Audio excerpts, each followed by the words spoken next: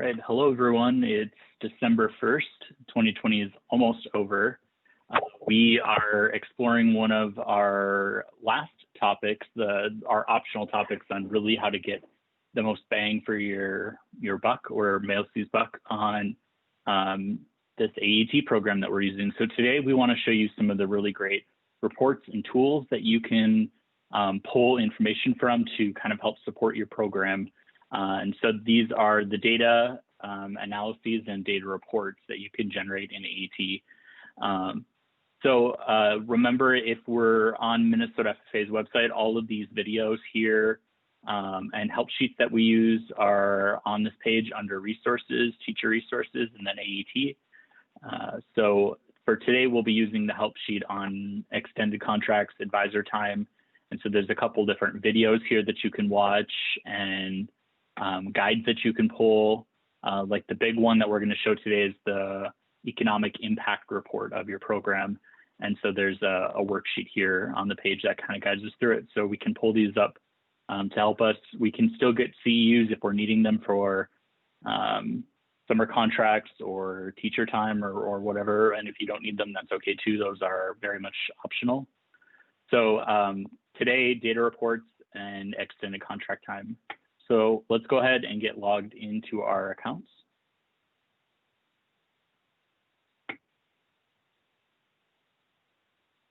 Remember, our logins are our teacher email addresses. It used to be our chapter numbers. If you're running into trouble with that, let Lavin or myself or Julia know and we can reset those. Otherwise, you can hit the forgot my password button and it'll take you over to judging card, which is what we use for our CDEs, and you can reset it on that end too. They used to just be chapter numbers, but since more and more schools have multi-program departments, we might not necessarily always want our teaching partners to know salary or employment history or whatever it might be. So those are a little more private now. Remember, the only things you have to do is set up your program information, your teacher information, and then have students fill out their profiles. Those are the only required pieces. Everything else in here is optional. So once you're in, you're going to hit reports in the upper right corner. Students have the same ability to generate some reports on their end, but we're going to walk through program reports here on our side. So one of the first things that I think is really, really helpful and is one of the things that definitely sold me on the value of this program is this economic value program. And I'm actually in the wrong account, so I'm going to back up. I always pick a random teacher that I'm going to pretend to be, and we're going to use Mr. Mathewitz today at Belle Plaine. So this economic impact report, you can select which year you want to pull from, and it can be school year or fiscal year. So we're pretty new into 2020. We may have not used it. So I'm going to just generate a 2019 report here, and it'll give you a PDF.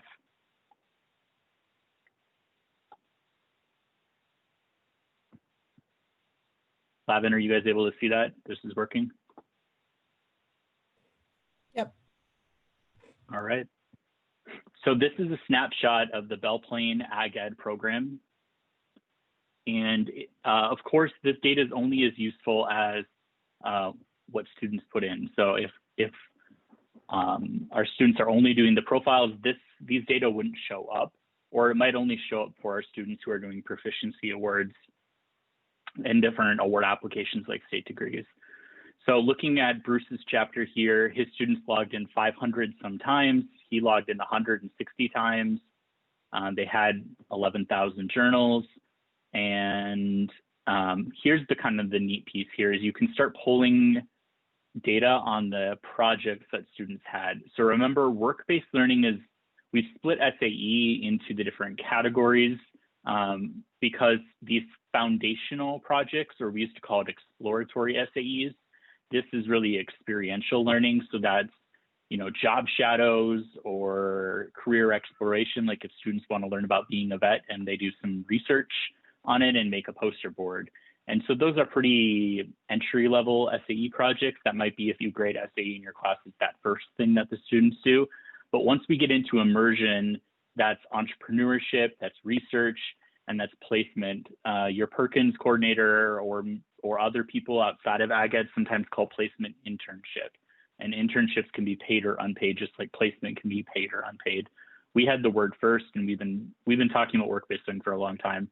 So Bruce had a total of 49 SAE projects in 2019 that were work-based learning, and he had one that was exploratory. So 50 SAEs, 49 work-based learning projects. And it looks like most of his projects were placement or internships, which makes sense for us. But then you can start getting a snapshot of the types of projects that students had. And we'll come back up here to FFA time. But this is the piece that I think is really interesting, is you can look at how much money did those students earn during that time. Students earned they had $160,000 of assets. They earned $130,000 of income. And you can kind of see the types of investments that they put back into their projects. And then the big thing here is the economic impact that it has on your community. So all these students' projects here had more than $70,000 of impact on the community. If Belle Plaine Ag Ed suddenly disappeared and students stopped doing SAE projects, that have $70,000 of impact on your community. And so this is where you get to start talking about really cool information that can help make these things make sense, because this isn't some optional side project that students are doing for fun. It has a real impact on your town. It has a big impact on your students. And these data can really help us to start understanding the kind of work that we're doing here. So about the average project that students were doing was about 278, and that had about $500 of impact. So every student who takes a class in Ag Ed that does SAE, at least at Belle Plaine Ag Ed, is impacting about $550 on their community. And that's pretty useful information. We can also see similar data on FFA projects. I'm guessing Mr. Mathewitz wasn't really using AET for FFA at the time, because only 4 students journaled FFA activities and in SA or CDEs and LDEs, and then 70 some in other types of projects. This was probably state degrees, I would assume. And so these numbers will most likely shift for him as it goes. So this economic impact report is super, super helpful. This is useful as you try to request Perkins funding in the future. This is useful as you defend your program and meet with your administration. This is important for why we grade SAE. Work-based learning is talked about in statute as a mandatory component for what we do in our programs. And this report here is really helpful for you to describe it. Another report that I really liked is called this vendor summary. And this will only mean things to you because we don't know the vendors that you have in your towns. But here, let's zoom in here. So these are the vendors that students in Mr. Matthewitz's program are using. And so students went to Fleet Farm once, but this Channel Seeds, it looks like they went there 11 times and they spent more than $7,000 there. So as you're working on partnerships in your town, asking vendors to be sponsors of your projects and your work, it's really helpful to be able to go to them and say, hey, our students spend, $8,000 a year at your company. We'd like you to be a sponsor of our banquet and sponsor this $100 plaque. You're not going to be able to guarantee those types of things, but it is useful to figure out where students' SAE projects having an impact. And if you can quantify that for them, this becomes really a useful tool. So this vendor report here is kind of that next piece. Vendor summary. You can also do a profit and loss to kind of look at SAE projects overall. Did students earn money, lose money, etc. Another thing that I think is useful is under the project involvement, you can do a map of all the SAEs.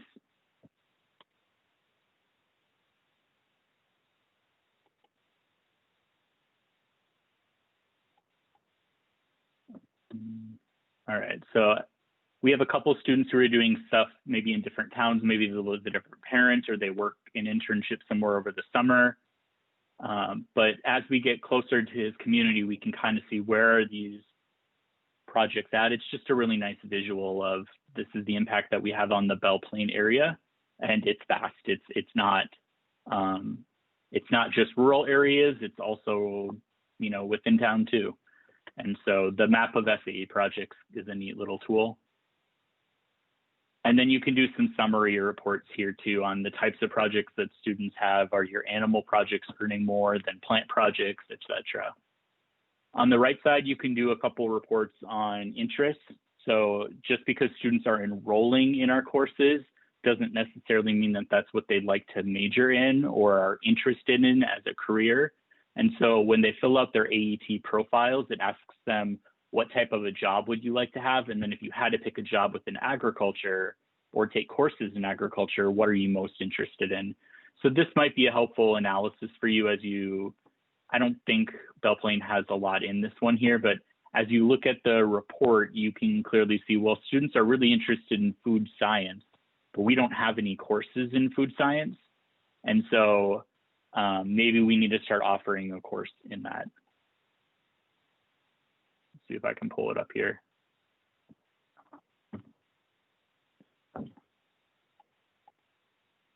So we can see, you know, this is he's only had 6 students who answered that question here, but his students are generally interested in ag business, food products, and animal science. And this is a good indicator because most of our jobs in Minnesota in agriculture are agribusiness jobs. And so it would make a lot of sense that we'd start thinking about that, but we don't offer very many courses in it, usually econ, but we don't have enough ag sales, ag marketing, those kind of courses that would really prepare students for those kind of finance jobs. And so this might be a helpful tool for you to start thinking about what types of experiences and courses do you want to look at in the future. And then there's some helpful tools here for grading, and Lavin's talked about these in the past, but you can do a report here about, you know, it looks like 82% of his students have filled out their information for FFA, but Bruce is probably not grading FFA and SAE hours because students haven't put any of those in yet, or maybe they just haven't got to that part of it yet. And so, or my window is November. So if we change that window to, let's just do the start of the year.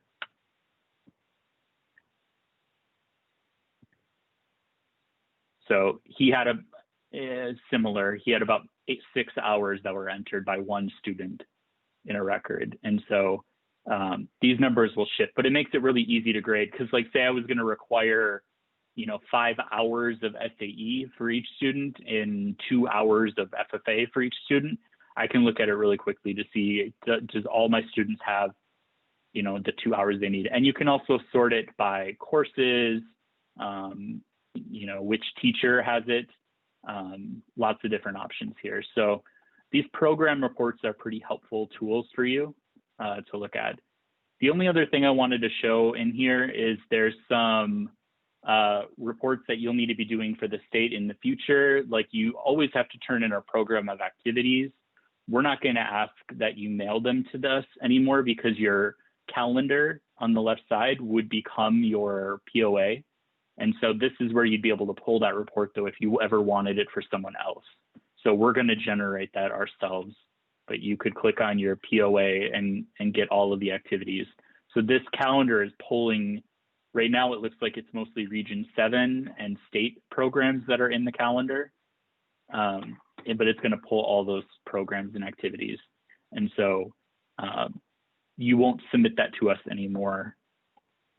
But then one of the things that I find really helpful is this teacher journal. So just like students can do journals, so can teachers. And so as we're looking to defend our extended contracts, expand them, when I started at Red Wing, I had 10 days of SAE summer pay and no FFA pay. And so I spent a year documenting every single thing I did. And it looks like that's what Mr. Matowitz is doing too, because from the start of this year, he's got a ton of hours in already. You know, it looks like he's already worked 12 days of extended contract time. And I probably shouldn't be sharing all of this stuff here, but this is the kind of information that he can take to his administration and say, you know, I really need us to reevaluate this. I'm spending a lot of time. Look at the number of students I'm working with, look at the number of miles I've traveled and the impact it's having on our community. And so there's some really neat reports that you can generate in here based on the teacher, based on the type of programs that it is to help support and defend the types of things that we're doing in our classroom experiences. So if you choose to journal your own programs, this is where you would pull those reports for your administration. So this reports tab is really helpful. It's not just for exporting state degrees and proficiencies, though that's certainly part of it, but these economic reports, the interest reports, what your teacher is doing, all of this is super, super helpful information. And so again, this is totally optional. You're not required to use this part of AET, but we want teachers to start seeing that AET is more than a record-keeping system. It is total program management for your classroom, for your FFA program, and for your SAE and work-based learning experiences. And there's a lot of stuff that it can do.